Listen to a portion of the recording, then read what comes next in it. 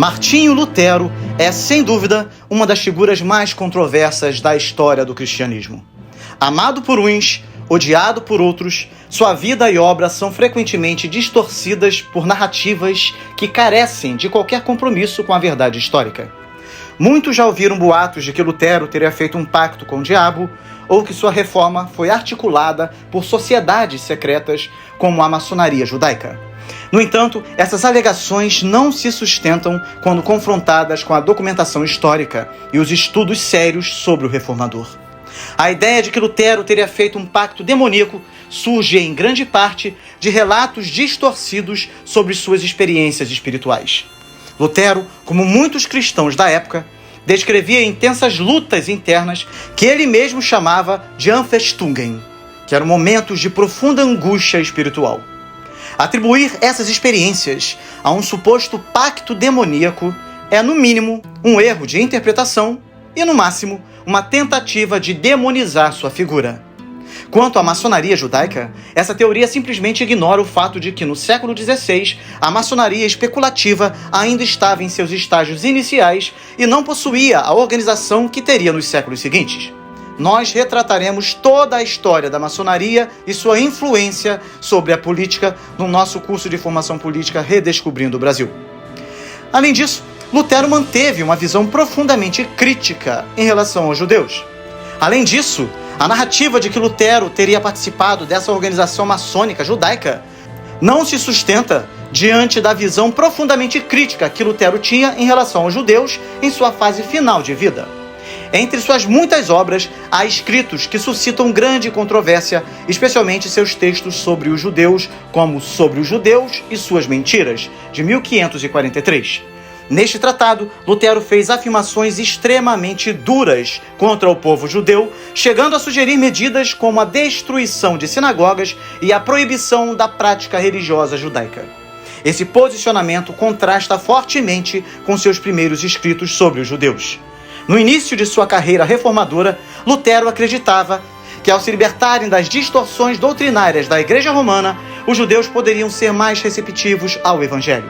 Contudo, ao perceber que sua pregação não resultava em conversões, ele adotou uma postura cada vez mais hostil, refletindo um ressentimento teológico e cultural. Desta forma, do ponto de vista teológico reformado, a posição de Lutero sobre os judeus deve ser reconhecida como um erro grave. A Escritura ensina que Deus tem um plano soberano para todas as nações, incluindo Israel, conforme Romanos 11, versículo 25 ao 29, e condena qualquer tipo de ódio étnico ou religioso. Portanto, diante desses fatos, a suposta aliança de Lutero com os judeus maçons não passa de mera especulação. Neste vídeo, vamos nos afastar dessas lendas e analisar a trajetória de Martinho Lutero com base na pesquisa histórica séria, considerando tanto a visão protestante quanto a católica. Para isso, recorreremos a obras de grandes historiadores de ambas as tradições. Entre os católicos, utilizaremos a magistral obra de Daniel Rops, que, em A Igreja da Renascença e da Reforma, faz uma análise ponderada da Reforma e de seus desdobramentos. Também nos apoiaremos no trabalho de Karl Billmeyer e Hermann Tuchel, cuja História da Igreja é um dos manuais mais respeitados da historiografia católica. Do lado protestante, consideraremos as contribuições de Roland Bainton, autor de Here Stand, A Life of Martin Luther, uma das biografias mais aclamadas do reformador, além dos estudos de Heiko Obermann, cuja obra Lutero, Entre Deus e o Diabo, oferece uma visão profunda sobre o contexto espiritual e social da época. Também nos apoiaremos na obra História da Igreja, de John D. Woodbridge e Frank A. James III. Nosso objetivo aqui não é pintar Lutero como um herói infalível, nem como um vilão absoluto, mas apresentar um relato fidedigno sobre sua vida, seus principais feitos, seus dilemas e o impacto de sua obra. A Reforma Protestante não foi apenas um evento religioso. Ela moldou a história da Europa e do mundo de maneira irreversível. Por isso, ao longo deste vídeo, vamos percorrer os momentos decisivos da vida de Lutero, desde seu ingresso no mosteiro até seu embate com Roma, sua tradução da Bíblia e o legado que deixou para o cristianismo. Se você deseja conhecer a verdadeira história de Martinho Lutero, sem mitos nem distorções, acompanhe este vídeo até o fim. Antes de começarmos, eu gostaria de convidar vocês a investir numa formação sólida nas principais áreas do conhecimento: teologia, história, filosofia e política. Você pode fazer isso pagando um valor simbólico. Já são quase 500 aulas disponíveis com 16 e-books que facilitarão os seus estudos. A Bíblia Toda Academy está oferecendo 70% de desconto em um pacote exclusivo com todos os 7 cursos disponíveis. Isso significa que você terá acesso a um conteúdo riquíssimo que vai aprofundar seu conhecimento, fortalecer sua cosmovisão cristã e te preparar para ensinar outras pessoas com segurança e embasamento. Não perca tempo. Comece hoje mesmo essa jornada de transformação e invista no que realmente importa: o seu conhecimento.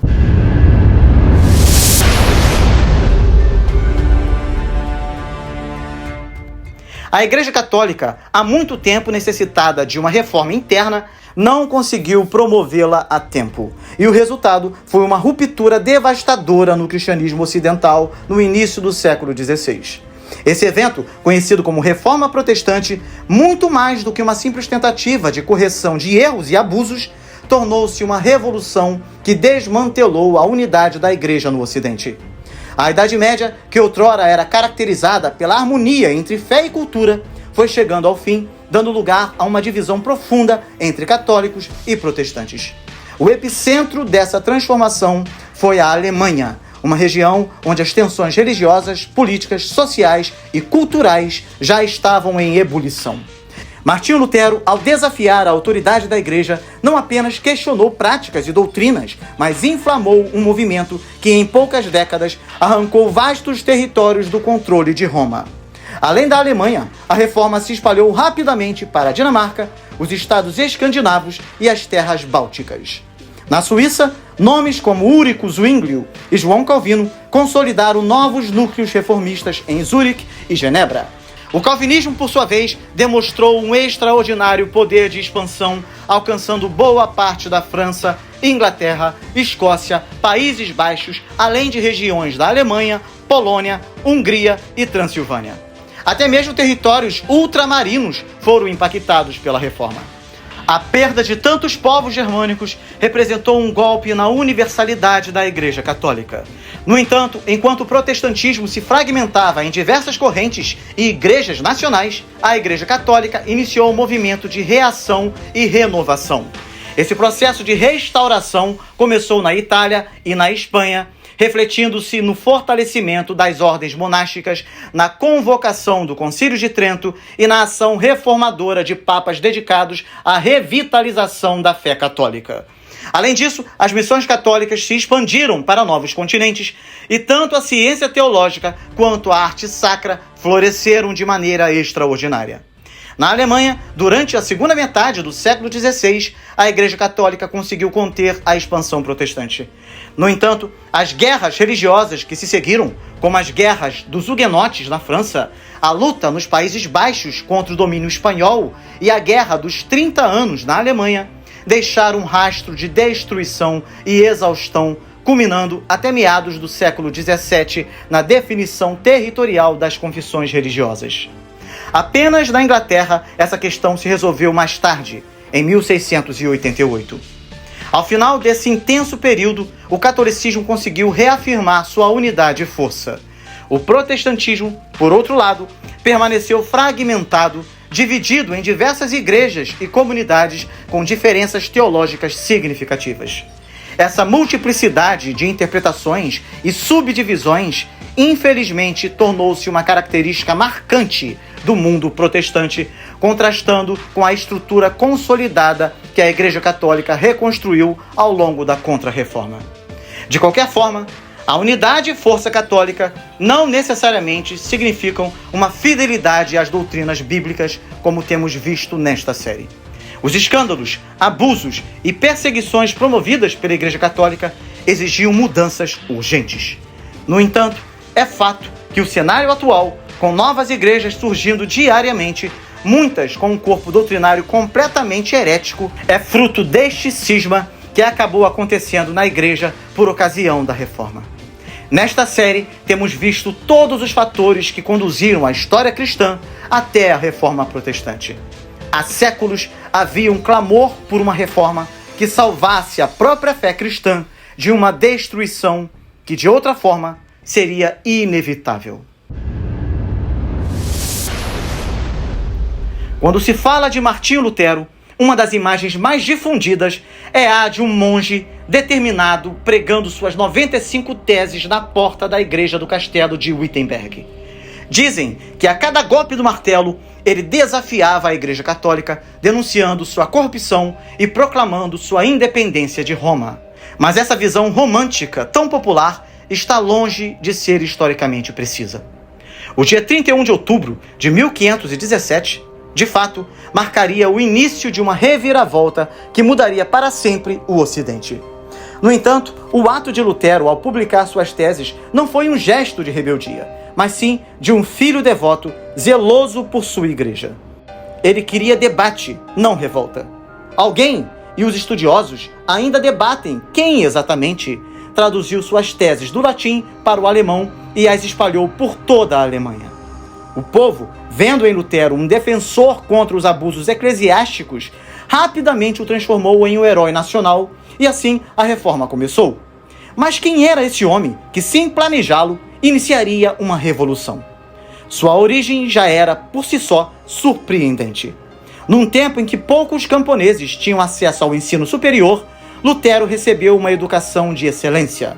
Seu pai, Hans Luther, não era um simples trabalhador braçal, mas um mineiro bem-sucedido que construiu uma vida próspera na Turíngia. Ambicioso e rigoroso, garantiu que seu filho tivesse oportunidades que a maioria jamais teria. Nascido em 10 de novembro de 1483, na cidade de Eisleben, Lutero cresceu em Mansfeld. Aos 14 anos, foi enviado para estudar em Magdeburgo e depois em Eisenach, onde teve contato com os Irmãos da Vida Comum, um grupo que enfatizava a piedade e o estudo das Escrituras. Mais tarde, ingressou na Universidade de Erfurt, onde obteve seu bacharelado em 1502 e, em janeiro de 1505, seu mestrado, terminando como o segundo melhor aluno da turma. Seu pai, desejando um futuro próspero para ele, determinou que se tornasse advogado. Assim, Lutero seguiu para a faculdade de Direito, mas Deus tinha outros planos. O jovem monge carregava consigo um orgulho peculiar por suas raízes humildes. Seu pai, rígido e disciplinador, muitas vezes é apontado como a origem de sua resistência à autoridade papal.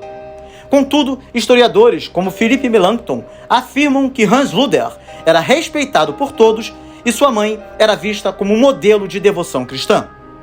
A mudança de rumo de Lutero foi marcada por uma série de eventos inquietantes. A peste negra assolou Erfurt, tirando a vida de um de seus amigos mais próximos. Um golpe que despertou nele profundas inquietações espirituais. Mas foi um acontecimento inesperado que selaria seu destino.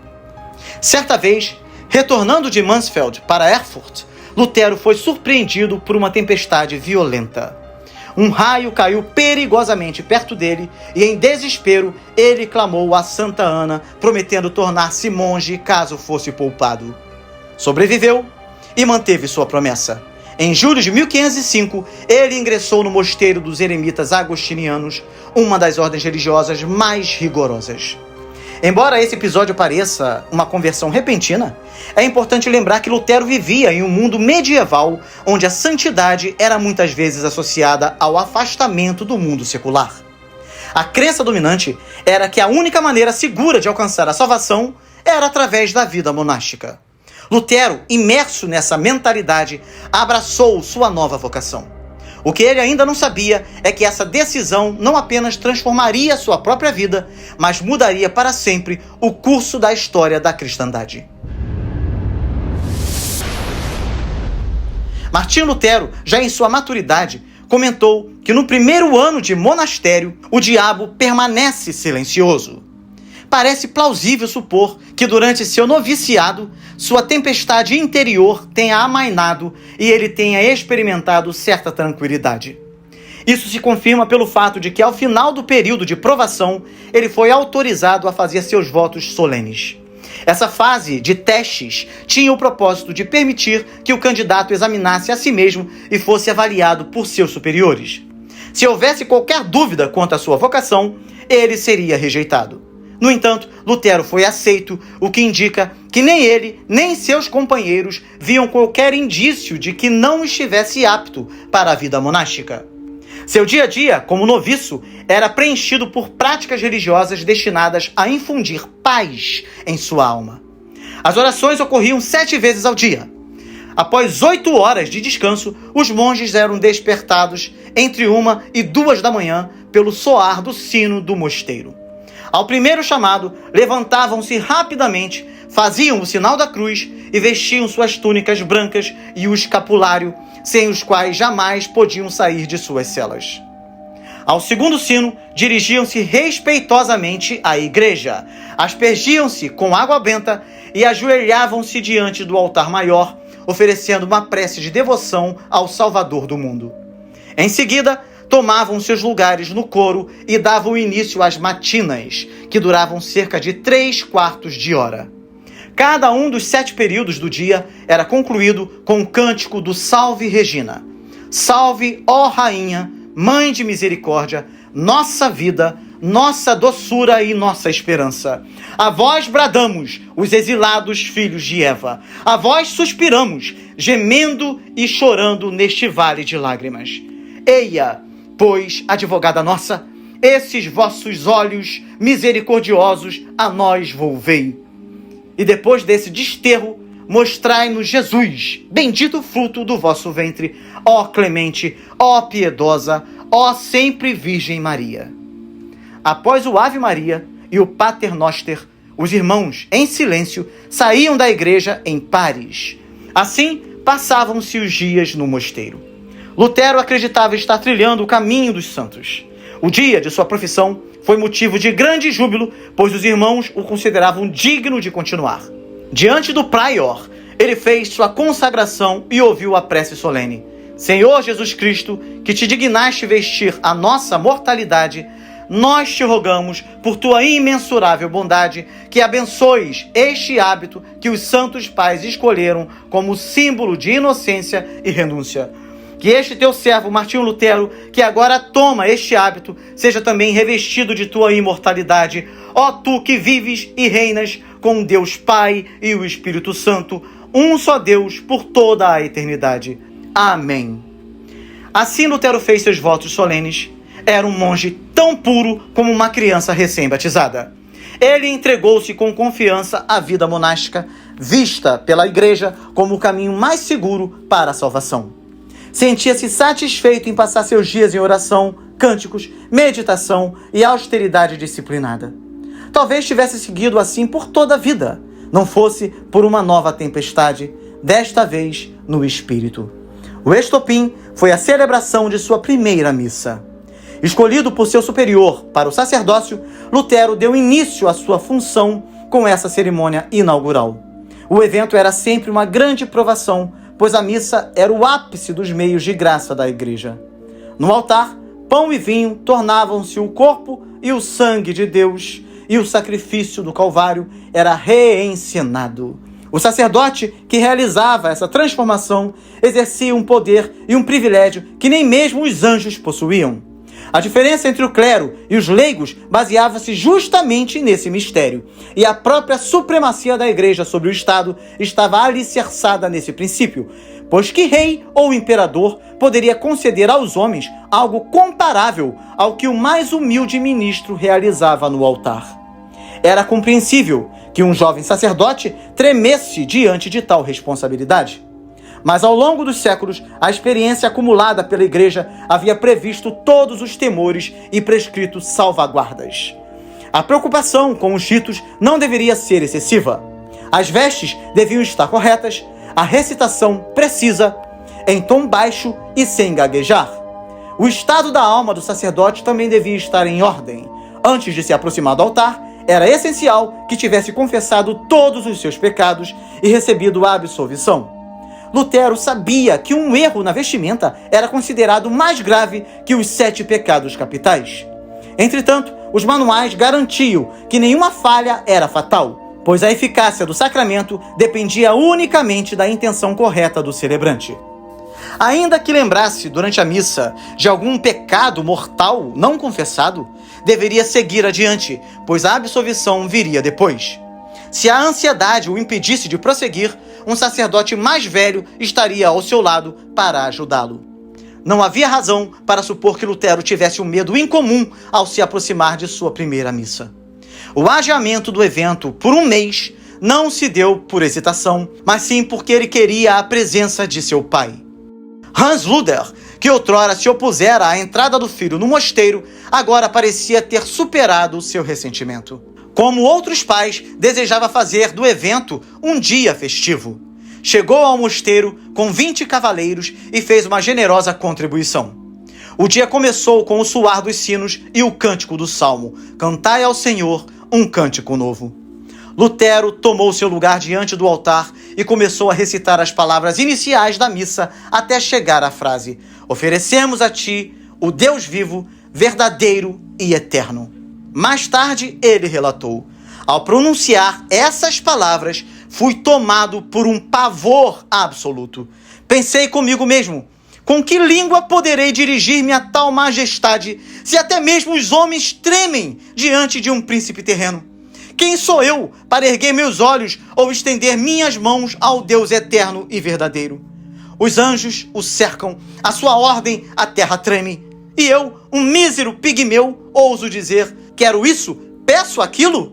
Sou pó e cinza, cheio de pecado, e estou falando ao Deus vivo e eterno. O terror do sagrado o atingiu como um relâmpago. Apenas com grande esforço conseguiu manter-se diante do altar até o fim da cerimônia. A mentalidade secularizada dos tempos modernos pode ter dificuldade em compreender esse medo ancestral. No entanto, a experiência de Lutero ultrapassa o primitivo e ressoa até hoje. Assim como um cientista, ao contemplar galáxias desconhecidas, sente-se esmagado pela vastidão do universo, Lutero sentiu-se aniquilado diante da majestade divina. Seu tremor se intensificou ao reconhecer sua indignidade. Sou pó e cinza, cheio de pecado. Sentia-se atraído e repelido por Deus ao mesmo tempo. Desejava paz, mas como poderia um pecador permanecer diante da santidade suprema? Para expressar essa angústia, Lutero usava uma palavra sem equivalente direto em algumas línguas, como o inglês ou português. Palavra já citada aqui: Anfechtung. Era a dúvida, o tormento, a ansiedade e o desespero que assolam a alma humana. Ao fim da cerimônia, sentou-se à mesa com seu pai e os convidados. Buscava, talvez, uma palavra de consolo, mas Hans Luther, ou Hans Lutero, em português, ainda ressentido, irrompeu: Filho, em seus estudos, nunca leste na Bíblia que deves honrar teu pai e tua mãe? E, no entanto, nos deixaste sós na velhice. Lutero tentou justificar-se: Mas, pai, eu poderia fazer mais por vocês com minhas orações do que permanecendo no mundo. Hans Lutero, contudo, replicou com uma inquietante dúvida: Que Deus conceda que tua visão não tenha sido uma aparição do diabo. A segunda grande crise espiritual de Martinho Lutero desencadeou uma turbulência interior que, com o tempo, o levaria a abandonar o hábito monástico. No entanto, essa ruptura não foi imediata. Mesmo após sua excomunhão, Lutero permaneceu vestindo o hábito por mais 3 anos, totalizando 19 anos como monge. Seu desenvolvimento espiritual foi gradual e, ao contrário do que muitos imaginam, ele não vivia em constante angústia. Continuava a cumprir suas obrigações religiosas e acadêmicas, como quando foi instruído a retornar aos estudos universitários para se qualificar como professor na ordem agostiniana. Contudo, a questão fundamental permanecia: como poderia o homem, em sua imperfeição, estar diante de um Deus santo? Determinado a encontrar essa santidade, Lutero se entregou completamente à vida monástica. Havia entre os monges diferentes graus de rigor, desde os mais relaxados até aqueles que buscavam a perfeição com severidade extrema. Lutero decidiu ser um dos mais disciplinados. Para ele, o mosteiro oferecia a oportunidade de se libertar das distrações mundanas e concentrar-se na salvação da alma por meio da castidade, pobreza, obediência, jejuns, vigílias e mortificações. Ele jejuava por dias seguidos, a ponto de preferir o período da Quaresma à Páscoa. Passava noites em oração e se privava do conforto dos cobertores, quase se congelando. Em alguns momentos, sentia orgulho de sua própria santidade, mas logo se via tomado por dúvidas. Jejuei o suficiente? Fui pobre o suficiente? Ele chegava a se despir de tudo, exceto do mínimo necessário. Mais tarde, reconhecia que tais práticas causaram danos irreversíveis à sua saúde. Fui um bom monge e segui a regra da minha ordem tão estritamente que posso dizer que se algum monge tivesse alcançado o céu por sua vida monástica, esse monge seria eu. Mas se tivesse continuado assim, teria me matado com vigílias, orações, leituras e outros trabalhos. Apesar de todos esses esforços, ele não encontrava paz. Seu objetivo era compensar seus pecados, mas nunca se sentia plenamente justificado. Alguns historiadores sugeriram que Lutero deveria carregar culpas ligadas à sexualidade, mas ele mesmo negou tal suposição. Sempre fora casto e durante seu tempo em Erfurt, jamais ouvira a confissão de uma mulher. Posteriormente, em Wittenberg, confessou apenas 3 mulheres e ainda assim sem vê-las. O verdadeiro problema era que ele jamais conseguia satisfazer as exigências divinas. Comentando mais tarde sobre o Sermão da Montanha, Lutero expressou sua frustração. Esta palavra é alta demais e dura demais para que alguém possa cumpri-la. Isso não é apenas provado pelas palavras de nosso Senhor, mas por nossa própria experiência. Pegue qualquer pessoa reta. Ela se dará bem com aqueles que não a provocam. Mas se surgir uma mínima irritação, sua raiva se acenderá. Se não contra amigos, contra inimigos. A carne e o sangue não conseguem superar isso. Lutero percebeu que jamais conseguiria atender plenamente aos requisitos divinos. Se ele não podia, talvez outros pudessem. A igreja ensinava que, embora o pecado fosse individual, a bondade podia ser compartilhada. Os santos, a Virgem Maria e o próprio Cristo possuíam um excesso de méritos que poderiam ser transferidos àqueles que necessitavam. Esse tesouro de méritos era administrado pelo Papa, que detinha as chaves para ligar e desligar. A transferência desse crédito espiritual era feita por meio das indulgências. O alcance exato das indulgências não era claramente definido, mas o povo acreditava nas promessas mais extravagantes. O Papa podia conceder a remissão de penalidades terrenas, mas também era amplamente aceito que ele poderia aliviar as penas do purgatório. Indulgências poderiam reduzir os anos de purgação ou, em alguns casos, conceder uma remissão total. O acesso a esses benefícios era associado à visitação de relíquias sagradas. Roma era o epicentro dessas indulgências. A cidade abrigava relíquias como um pedaço da sarça ardente de Moisés, fragmentos dos santos inocentes, o lenço de Verônica com o rosto de Cristo e as correntes de São Paulo. Havia também as escadas do Palácio de Pilatos, que, se subidas de joelhos, com orações, poderiam libertar almas do purgatório. Nenhuma outra cidade do mundo oferecia tantas indulgências quanto Roma.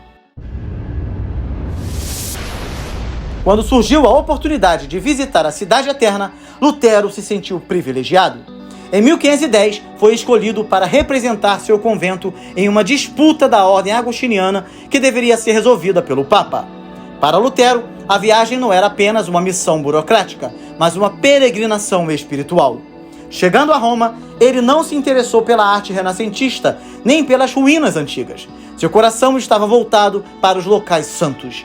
Ele queria se beneficiar de todas as indulgências possíveis e garantir bênçãos para si e seus familiares. Durante um mês, visitou relíquias, celebrou missas e fez orações especiais. Mas logo se deparou com desilusões. Os confessores eram ignorantes e frívolos. Os padres italianos celebravam 6 ou 7 missas no tempo em que ele levava para rezar uma. Alguns eram abertamente irreverentes, dizendo durante a consagração: pão és e pão continuarás, vinho és e vinho continuarás. A imoralidade do clero era evidente. Ele ouvia que, se o inferno existisse, Roma havia sido construída sobre ele.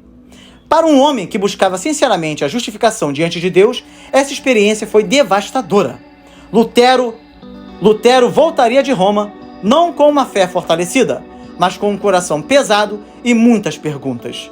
Seu caminho espiritual jamais seria o mesmo.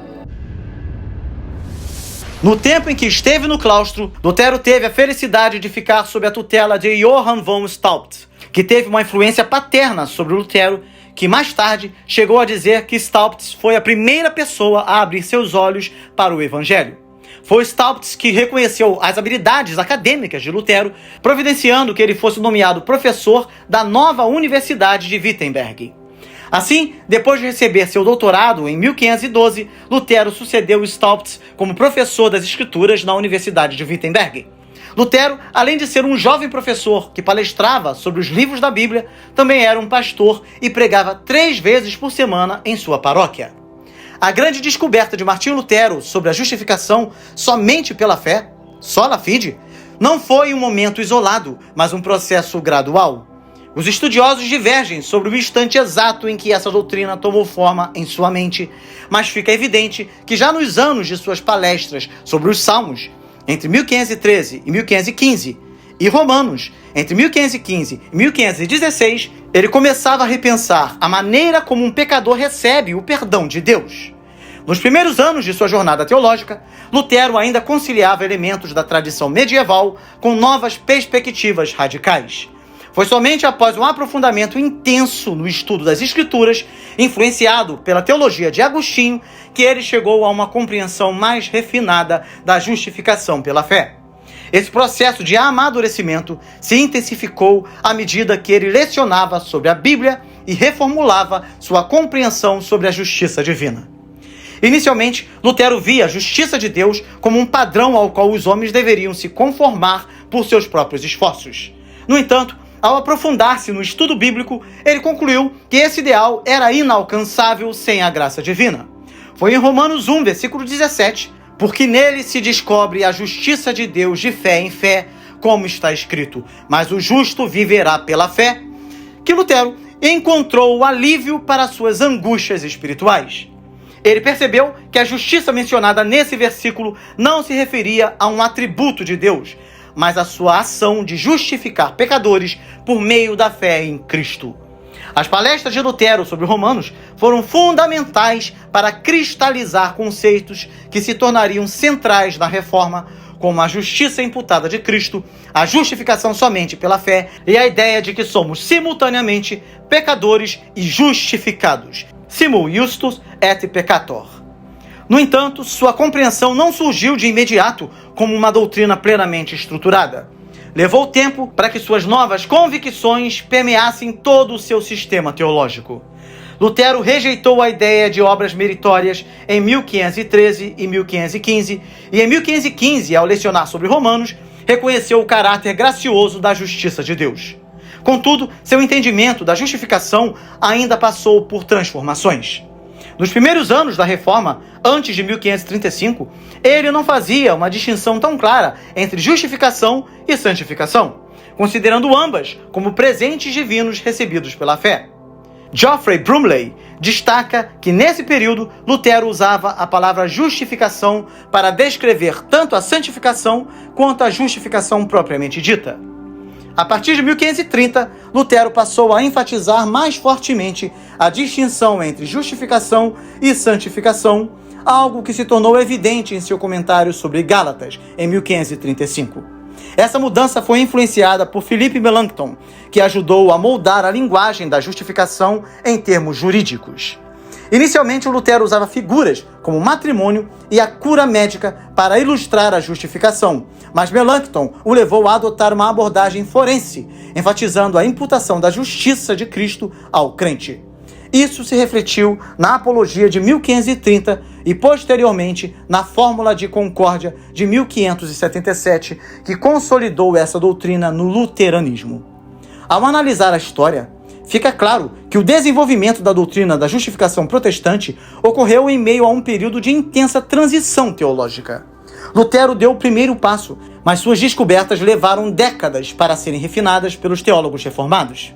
Nesse contexto, é mais preciso falar dos parâmetros da doutrina protestante da justificação, pois apesar das diferenças entre os primeiros reformadores, havia um consenso central: a justiça imputada de Cristo como base exclusiva do perdão dos pecados. Vale lembrar que no século XVI, o termo evangelho era sinônimo de protestante. Os primeiros reformadores se apropriaram dessa palavra porque acreditavam ter resgatado a essência do evangelho que havia sido obscurecida ao longo dos séculos pela igreja medieval. Para eles, o evangelho estava fundamentado na justificação somente pela fé, no sacerdócio de todos os crentes e também na autoridade suprema das Escrituras.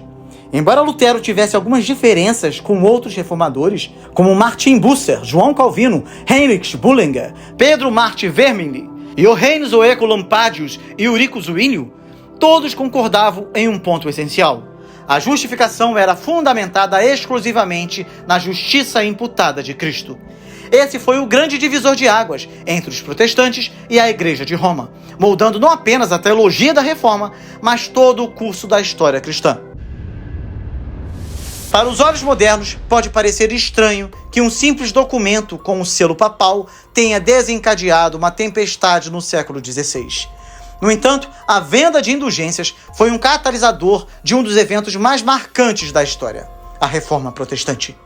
Tudo começou quando o Papa Júlio II, em 1507, autorizou a venda de indulgências para financiar a construção da grandiosa Basílica de São Pedro, em Roma. Seu sucessor, o Papa Leão X, renovou essa prática em 1513 e pouco depois fez um acordo lucrativo com Alberto de Brandemburgo, arcebispo de Mainz, na Alemanha. O trato era simples. Se Alberto permitisse a venda de indulgências em seu território, ele ficaria com metade dos lucros. Martinho Lutero já vinha criticando essa prática desde 1514, mas foi em 1517 que sua indignação ganhou proporções inesperadas. O motivo? Johann Tetzel, um frade dominicano contratado para viajar pela Alemanha, promovendo as indulgências de forma agressiva. Seu slogan de marketing era chocante: assim que uma moeda tilinta no cofre, uma alma sai do purgatório. A exploração comercial da fé revoltou Lutero, que reagiu publicamente. Frederico, o Sábio, príncipe eleitor da Saxônia, proibiu Tetzel de vender indulgências em seu território. Contudo, Tetzel se posicionou estrategicamente na fronteira, atraindo fiéis dispostos a pagar por um atalho para o céu. Frederico, preocupado com a saída de dinheiro da Saxônia, viu em Lutero um aliado contra essa prática e possivelmente influenciado por seu secretário particular, George Spalatin, tornou-se um dos principais protetores do reformador. No centro da teologia medieval estava o sacramento da penitência, conhecido como a segunda tábua de salvação. A igreja ensinava que o batismo limpava a culpa do pecado original, mas não removia a punição temporal que todo pecado acarretava. Assim, os fiéis precisavam passar por um processo de penitência para escapar do castigo pós-morte.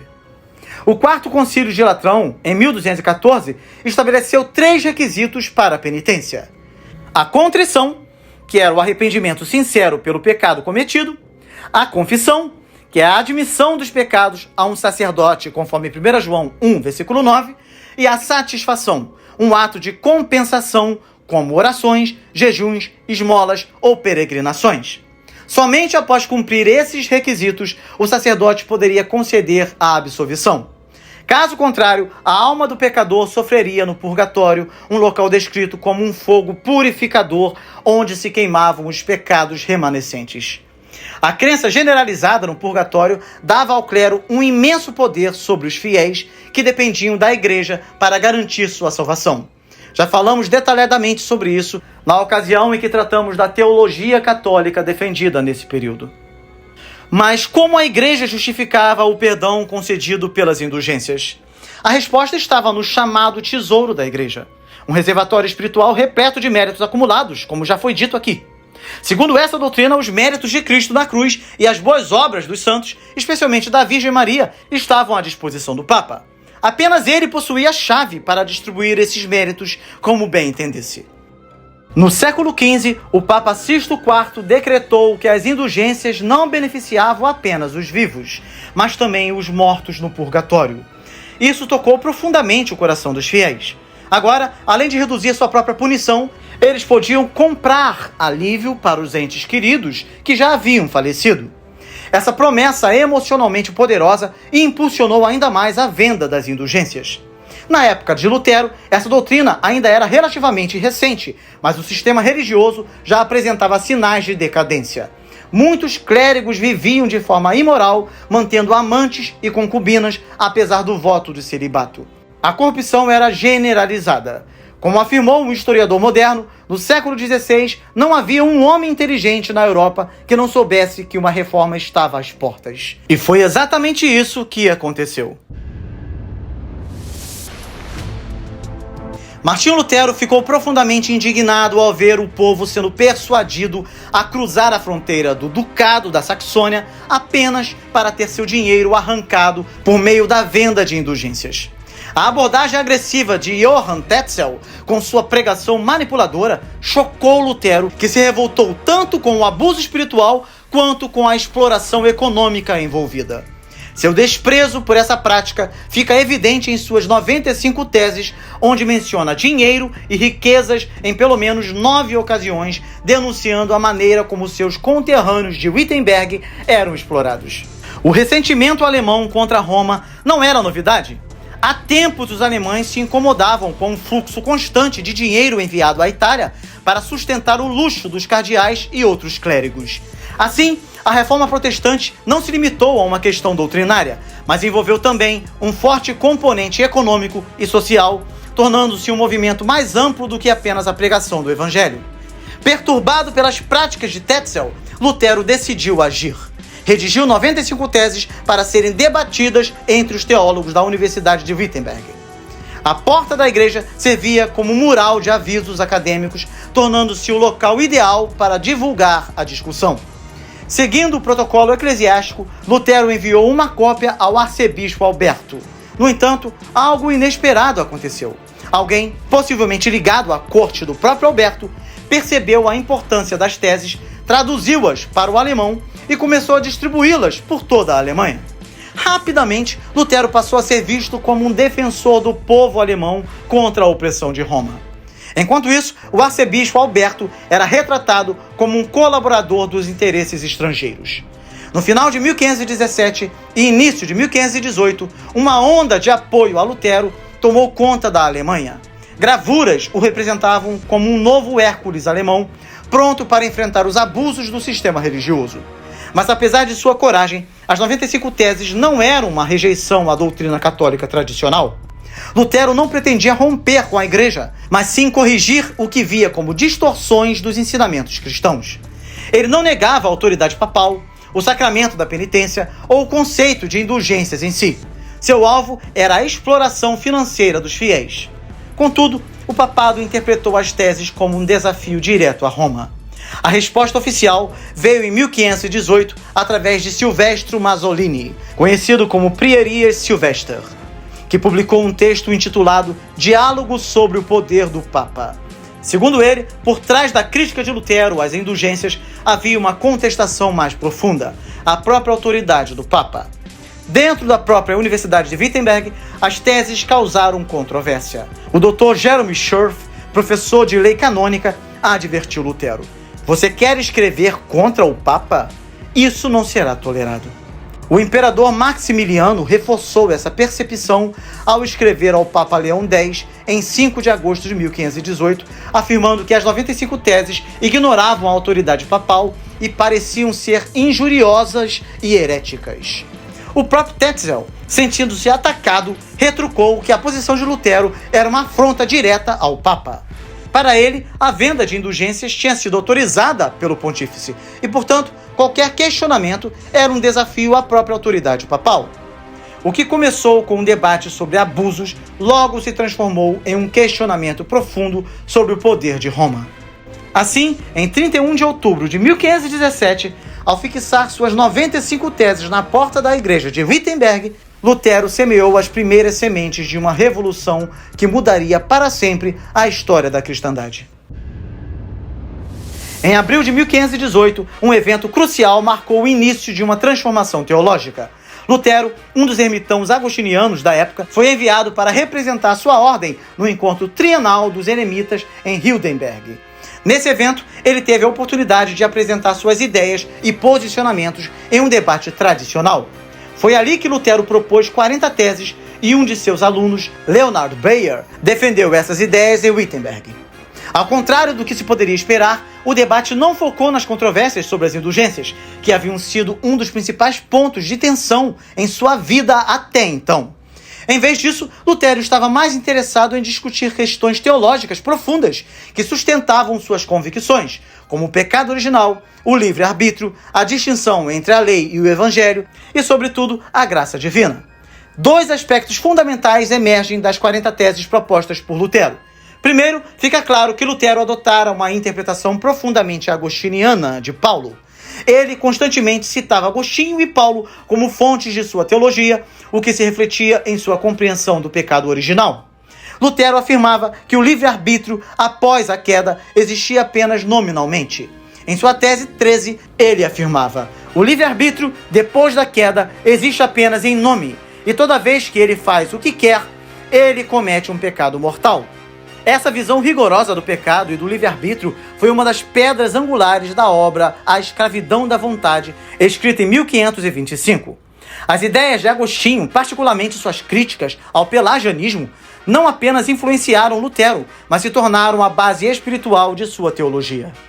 O segundo ponto importante, claramente expresso nas teses, foi a crítica feroz de Lutero à escolástica medieval e à filosofia aristotélica. Ele sentia que a educação nominalista que recebera não podia se alinhar com os ensinamentos de Paulo e Agostinho. Lutero afirmava, na tese 16, que a pessoa que acredita que pode obter a graça fazendo o que está nela, aumenta o seu pecado de modo que passa a ser duplamente culpada. Para Lutero, a tentativa de justificar a graça com base em ações humanas era um erro grave e ele via a escolástica e Aristóteles como incompatíveis com os ensinamentos das Escrituras. Essas teses causaram um impacto imediato. Muitos que as leram em Hildenberg ficaram chocados e incapazes de aceitar suas ideias. O velho amigo de Lutero, Jodocus Trutvetter, chegou a colocar um teta, um símbolo grego de morte, ao lado de cada uma das teses, indicando seu desdém. No entanto, houve também aqueles que se sentiram atraídos por suas ideias, como o monge dominicano Martin Bucer, que ao ouvir Lutero, disse: "Acabo de ver o próximo Erasmo de Roterdã." Embora ninguém soubesse aonde Lutero os conduziria, estava claro que ele estava desencadeando uma nova era teológica. O Papa Leão X, ao tomar conhecimento das teses de Lutero, inicialmente subestimou o monge, considerando-o apenas um monge embriagado, cujas ideias mudariam assim que estivesse sóbrio. Contudo, com o passar de 3 meses e Lutero mantendo suas posições firmes, o Papa decidiu investigar mais a fundo o caso e solicitou a ajuda de Prierias, que era um teólogo influente da Casa Papal e professor dominicano. Prierias, após estudar as teses, concluiu que Lutero havia ultrapassado os limites da heresia e escreveu um diálogo contra ele, pensando que isso resolveria rapidamente o problema. No entanto, Lutero respondeu de forma ousada, chamando o diálogo de Prierias de arrogante, e o confronto entre os dois se intensificou. Em agosto de 1518, o Papa Leão X, impaciente, ordenou que Lutero se retratasse de suas heresias em Roma dentro de 60 dias. Além disso, exigiu que o eleitor Frederico entregasse Lutero ao núncio apostólico papal. No entanto, Frederico não cumpriu a ordem de prisão, mas organizou o encontro de Lutero com o cardeal Caetano, outro dominicano, na Dieta de Augsburg, em outubro do mesmo ano. O cardeal, inicialmente cordial, tentou convencer Lutero a se retratar, mas Lutero permaneceu firme em sua convicção de que as Escrituras tinham autoridade suprema. Quando Caetano insistiu dizendo: "O Papa está acima do concílio e também acima das Escrituras Sagradas, retrate-se", Lutero não cedeu. A situação ficou ainda mais tensa quando Caetano tentou pressionar Staupitz, superior de Lutero, a forçar uma retratação. No entanto, Staupitz tomou a decisão ousada de liberar Lutero de sua obediência monástica, o que irritou ainda mais o cardeal, que passou a descrever Lutero como uma besta alemã de olhos fundos e cheia de estranhas especulações. Sentindo-se ameaçado, Lutero fugiu de Augsburgo e, em novembro, fez um apelo formal por um concílio geral para resolver a disputa. É importante entender que os dominicanos, que se viam como os defensores da doutrina católica e da autoridade papal, estavam profundamente envolvidos na controvérsia das indulgências. Para eles, a questão não era apenas teológica, mas uma questão de manter o poder papal. Lutero, por sua vez, inicialmente encarava a disputa sobre as indulgências como uma questão acadêmica, sem perceber totalmente que ela tocava em um problema mais profundo, a autoridade papal. Em uma última tentativa de resolver o conflito, o Papa Leão X enviou seu núncio Karl von Miltitz, com o objetivo de persuadir Lutero a se retratar. Ao invés de um confronto direto, Miltitz adotou uma abordagem mais amigável, culpando o vendedor de indulgências Tetzel pela controvérsia e apelando para a unidade da Igreja. Lutero, por sua vez, concordou que as acusações deveriam ser tratadas na Alemanha e não em Roma. Em uma carta de março de 1519, Lutero reconheceu humildemente a autoridade papal e reafirmou que nunca tentou minar a Igreja Romana, embora mantivesse suas preocupações com a venda das indulgências. Após a tentativa de conciliação de Miltitz, Lutero cedeu à pressão e concordou em interromper as hostilidades públicas, mas isso não durou muito. Em dezembro de 1518, o teólogo Johann Meyer von Eck, da Universidade de Ingolstadt, desafiou Lutero com 12 e posteriormente 13 teses contra suas doutrinas. Lutero, pronto para o confronto, respondeu imediatamente com 13 contrateses. A troca de acusações foi intensa e logo foi decidido que um debate seria realizado em Leipzig, reunindo Eck, Lutero e seu colega da Universidade de Wittenberg, Karlstadt. Quando Lutero chegou em Leipzig, em 27 de julho, ele foi descrito pelo professor Peter Schad Mosellanus como um homem de estatura mediana, magro devido aos estudos incessantes, com uma voz clara e penetrante. Sua habilidade nas escrituras era notável e ele era visto como afável e amigável, sem traços de arrogância.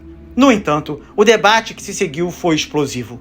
Em 5 de julho, Eck acusou Lutero de estar perigosamente próximo das heresias boêmias de João Hus. Inicialmente, Lutero negou, mas refletindo sobre a questão, acabou afirmando: entre os artigos de João Hus, encontro muitos que são simplesmente cristãos e evangélicos.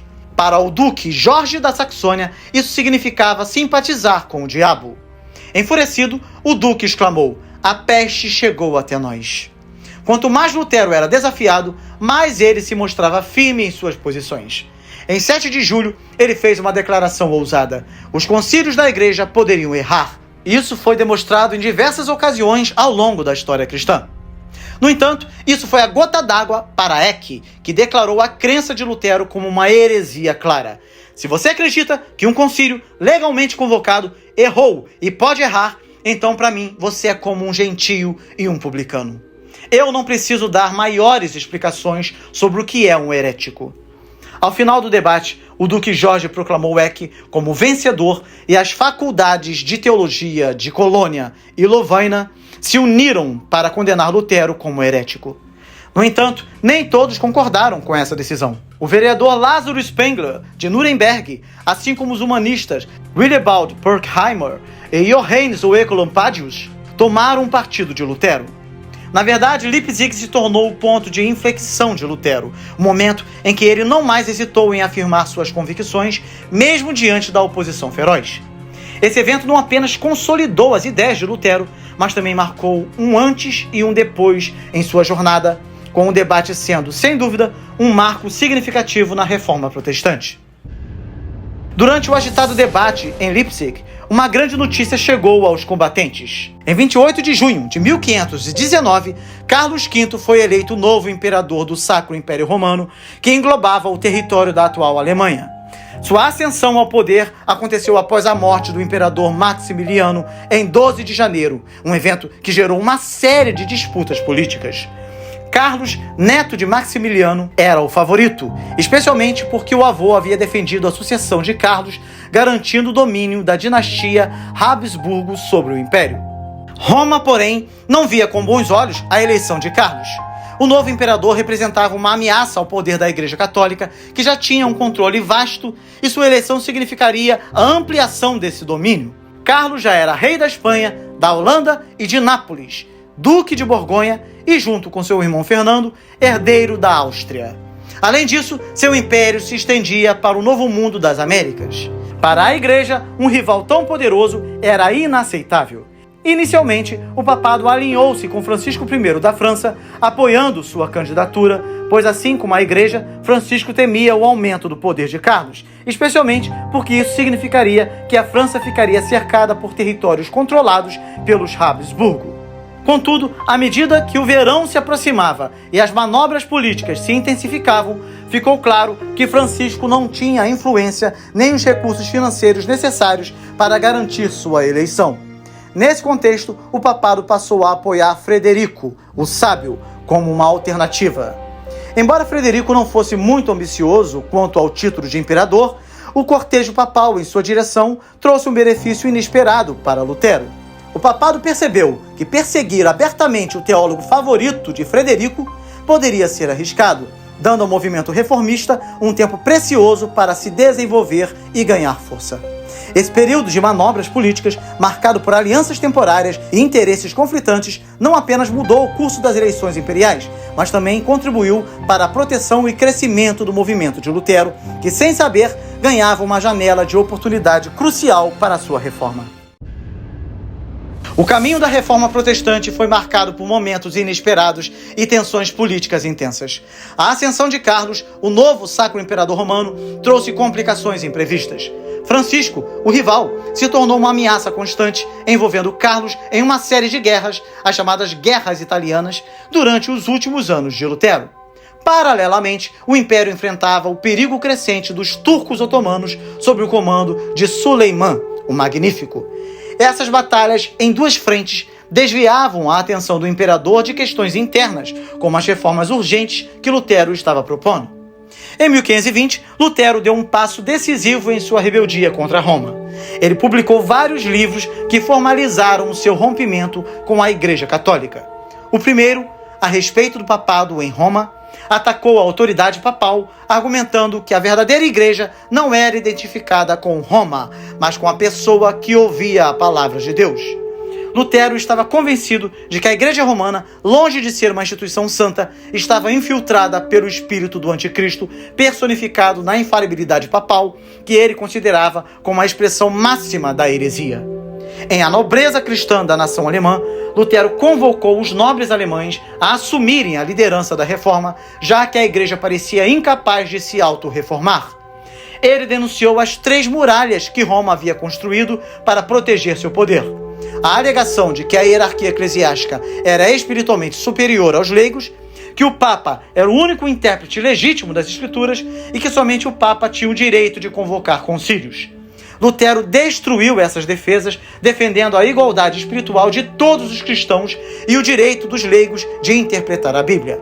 Além disso, criticou a riqueza e a pompa do papado, sugerindo que os líderes da igreja deveriam renunciar ao poder secular e se dedicar à oração e ao estudo das Escrituras. Em sua obra, Do Cativeiro Babilônico da Igreja, Lutero atacou o sistema sacramental da Igreja, particularmente o sacramento da Eucaristia. Ele denunciou a prática de restringir o cálice da comunhão aos leigos, o que considerava um ato de impiedade. Lutero também rejeitou a ideia de transubstanciação, afirmando que o pão e o vinho não se transformavam no corpo e sangue de Cristo, mas que Cristo estava presente neles de maneira misteriosa. Ele também repudiou o ensino de que a missa fosse um sacrifício contínuo de Cristo, argumentando que a missa era um presente de Deus para os homens e não o contrário. A obra da liberdade cristã foi um esforço de Lutero para apresentar sua visão da vida cristã de forma mais moderada, expressando a relação paradoxal entre a fé e o amor. Para Lutero, o cristão é livre em relação a todas as autoridades, mas por amor se submete a todos. A fé que une o cristão a Deus e o amor que o une ao próximo são os 2 princípios que governam a vida cristã. Entretanto, a reconciliação com Roma parecia impossível. Lutero continuou a desafiar o papado, queimando publicamente a bula papal em 1520 e sendo excomungado no ano seguinte. O eleitor Frederico de Saxônia Embora não abraçasse completamente as ideias de Lutero, manteve seu apoio, talvez mais por orgulho nacional e político do que por convicção teológica. Mesmo Erasmo de Roterdã, crítico da teologia de Lutero, reconheceu que ele representava uma ameaça à autoridade do Papa e do clero romano. O apoio de Frederico foi crucial para Lutero, pois sem ele, Lutero teria enfrentado um destino ainda mais difícil. Em meio a essa luta política e teológica, Lutero se tornou a figura central de uma revolução religiosa que mudaria para sempre o panorama da Igreja e da Europa. Em abril de 1521, o destino de Martinho Lutero seria decidido não apenas pela Igreja, mas também pelo Império. Após ser excomungado pelo Papa, Lutero se viu diante da responsabilidade do Sacro Império Romano, cujo imperador Carlos V tinha a obrigação de julgá-lo por sua postura desafiadora. Embora o imperador inicialmente tenha hesitado, a pressão de Frederico, o Sábio, levou à convocação de Lutero para comparecer à Dieta Imperial em Worms, com uma promessa de proteção imperial, mas sem garantir sua segurança no futuro. A jornada de Lutero até Worms foi um verdadeiro triunfo popular, com apoio vindo de todos os cantos da Alemanha. Sua chegada à cidade, no dia 16 de abril, foi acompanhada por 100 nobres que o seguiram, o que ressaltou ainda mais o respaldo popular a seu movimento. Porém, ao se encontrar diante da imensa audiência do imperador e dos líderes da Alemanha, Lutero foi confrontado de imediato com a acusação de sua autoria de escritos que desafiavam a autoridade da Igreja. A primeira pergunta foi simples: são esses seus escritos? A qual Lutero respondeu afirmativamente. O segundo questionamento, porém, foi um golpe direto ao coração de sua fé e convicção. Ele deveria retratar-se ou renegar suas palavras. O jovem Lutero, temeroso, pediu tempo para refletir e foi-lhe concedido 24 horas. Durante a noite, Lutero se manteve firme em seu propósito, refletindo sobre a situação. Em uma carta, ele afirmou com ousadia: "Não renegarei um jota com a ajuda de Cristo." No dia seguinte, seu posicionamento foi claro e inabalável. Embora a Dieta Imperial exigisse uma resposta direta, Lutero ofereceu uma explicação profunda, diferenciando seus escritos em categorias: devocionais, contra as corrupções do papado e contra os que defendiam tais corrupções. Ele reafirmou que não podia se retratar de nenhuma de suas obras sem comprometer sua consciência e sua crença na palavra de Deus. Eles novamente demandaram uma declaração inequívoca.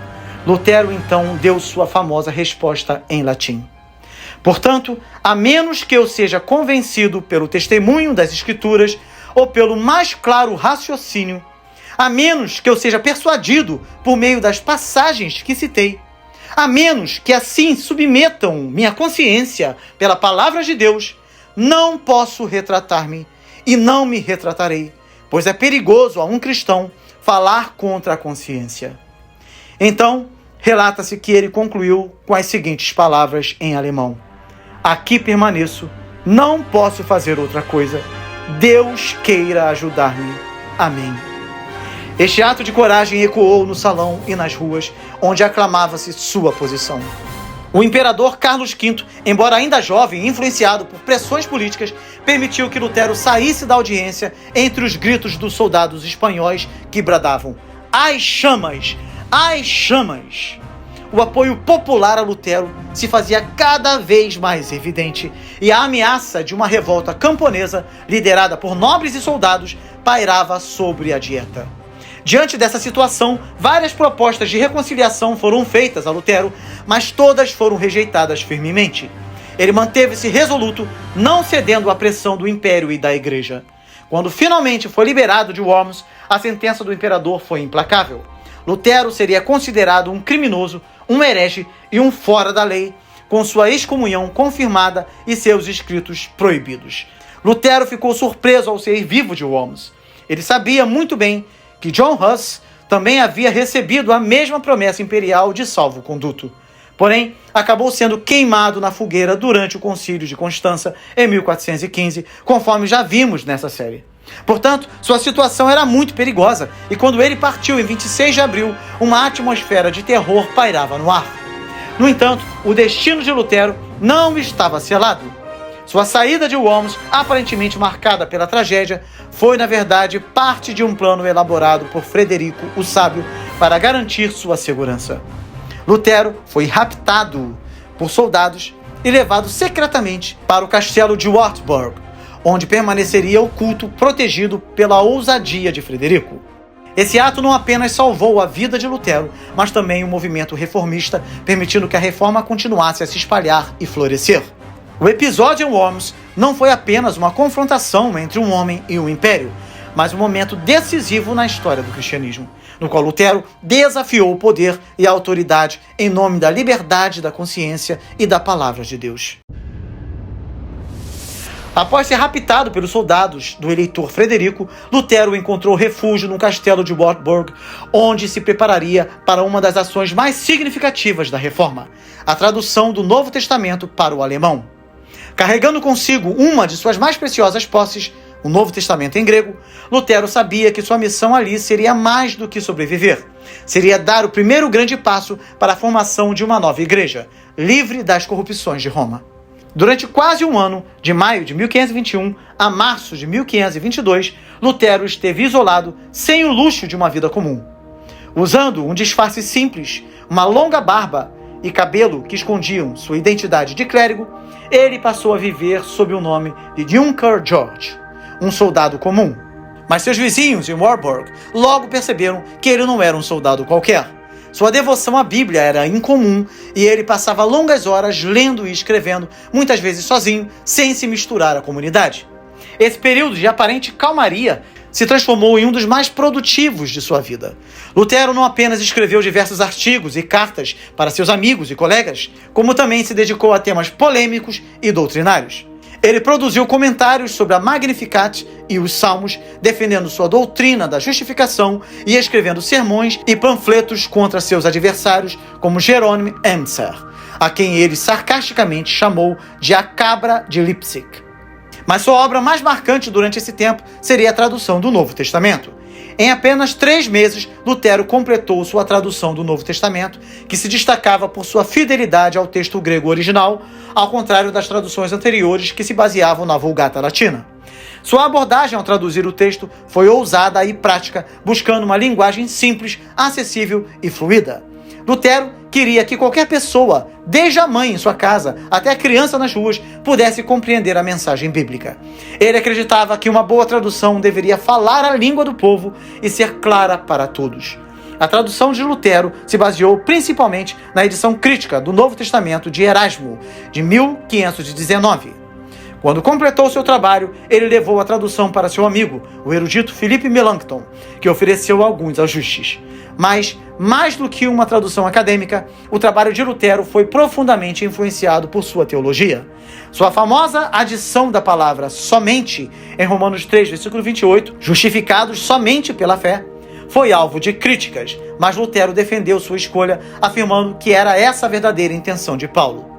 Lutero também refletiu suas crenças pessoais sobre os livros canônicos na tradução. Embora tenha incluído a Epístola de Tiago, ele a desconsiderou em seu prefácio, chamando-a de Epístola de Palha, já que ela parecia contradizer sua doutrina da justificação pela fé. Outros livros, como Judas, Hebreus e Apocalipse, também levantaram questões para ele, mas nenhum foi excluído da tradução. A tradução do Novo Testamento de Lutero foi publicada pela primeira vez em Wittenberg em setembro de 1522. O sucesso foi imediato, sendo necessário republicá-la em dezembro devido à enorme demanda. Lutero então voltou sua atenção para a tradução do Antigo Testamento e em 1534 publicou a Bíblia completa em alemão. Assim, no refúgio de Wartburg, longe dos perigos que o ameaçavam, Lutero não apenas encontrou proteção, mas deu ao povo alemão a oportunidade de conhecer a Bíblia em sua própria língua. Essa tradução se tornaria uma das bases mais importantes para o movimento da Reforma e para a formação de uma nova forma de vivenciar a fé cristã. Enquanto Lutero se dedicava à tradução do Novo Testamento no castelo de Wartburg, o movimento reformista seguia seu curso em Wittenberg, mas sem a presença do próprio Lutero. Nesse período, a liderança da reforma foi confiada a 2 de seus colegas universitários, Philippe Melanchthon, professor de grego, e Andreas Karlstadt, o decano da universidade. Embora ambos desempenhassem papéis cruciais, Melanchthon se aproximou mais de Lutero, tornando-se seu grande amigo e aliado.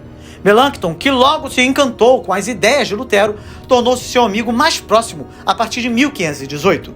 Essa amizade se aprofundou tanto que, mesmo com suas divergências teológicas, ela sobreviveu de forma única, algo raro para Lutero, que frequentemente se afastava de outros colegas devido a diferenças de crenças. Em abril de 1521, Melanchthon completou o primeiro esboço da teologia sistemática protestante, Thori Communis, e o enviou a Lutero, que ficou tão impressionado com o trabalho que o considerou digno de ser incluído nas Escrituras. Melanchthon, mais tarde, seria reconhecido como um grande educador, sendo chamado de Praeceptor Germaniae, o professor da Alemanha, e autor de um dos documentos centrais do luteranismo, a Confissão de Augsburg, de 1530. Contudo, após a morte de Lutero, a teologia de Melanchthon se distanciaria da de Lutero, dando origem a décadas de debates sobre o verdadeiro legado de Lutero, até que a Fórmula de Concórdia de 1577 trouxesse uma resolução. Por outro lado, o relacionamento de Lutero com Karlstadt começou bem, mas acabou em rompimento. Quando Lutero chegou à Universidade de Wittenberg em 1512, Karlstadt já era o decano. Em 1516, Karlstadt rejeitou a interpretação de Lutero sobre Agostinho, mas após ser desafiado por Lutero a ler os escritos de Agostinho por si mesmo, Karlstadt admitiu humildemente que Lutero estava correto. A partir daí, Karlstadt tornou-se um defensor do novo agostinianismo de Lutero. No entanto, com o tempo, suas diferenças teológicas começaram a surgir. Karlstadt focava mais na regeneração cristã e na renovação moral interior, enquanto Lutero enfatizava a justificação externa com sua doutrina do simul justus et peccator, simultaneamente justo e pecador. Essas divergências acabaram levando ao fim da amizade entre eles. Durante o período de isolamento de Lutero em Würzburg, uma crise interna surgiu, colocando em risco a unidade da reforma. Lutero não havia antecipado todas as implicações de sua própria revolução religiosa e os desafios que surgiriam em Wittenberg. Como transitar das antigas estruturas eclesiásticas para novas? Quem lideraria esse movimento de transformação?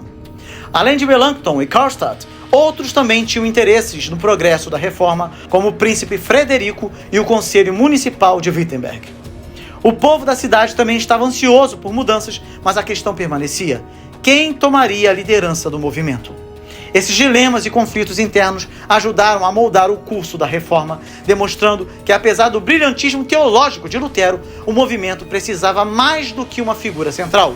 Ele exigia uma liderança coletiva capaz de responder às complexas questões da transição e da construção de uma nova igreja. No próximo vídeo, falaremos sobre o impacto social e político da reforma. Se você gostou do vídeo e deseja aprender a Bíblia e a história do cristianismo com profundidade, essa é a sua oportunidade. Através dos nossos cursos, você vai caminhar pelas 4 principais áreas do conhecimento: a teologia, a história, a filosofia e a política, tendo acesso a tudo o que você precisa para desenvolver uma vida intelectual sólida, pagando muito pouco por isso. Não perca essa oportunidade de adquirir os nossos cursos com 70% de desconto. São 7 cursos com quase 500 aulas e com 16 e-books interativos já disponíveis. Ao adquirir qualquer um de nossos cursos, você garante acesso vitalício, podendo estudar no seu ritmo e revisitar o conteúdo sempre que precisar. Mais do que um investimento pessoal, esse conhecimento abençoará toda a sua casa, trazendo clareza, edificação e crescimento espiritual para você e sua família. Aprofunde-se na palavra, prepare-se para ensinar, fortaleça a sua fé. Garanta agora mesmo seu acesso exclusivo, tá bom? Chegamos ao final de mais um vídeo. Dê o seu like e compartilhe esse vídeo para que outras pessoas possam conhecer o canal e estudar a Bíblia e a história do cristianismo aqui conosco. Uma exclusividade aqui do canal A Bíblia Toda. Que Deus te abençoe muito e até o próximo vídeo com a graça de Deus.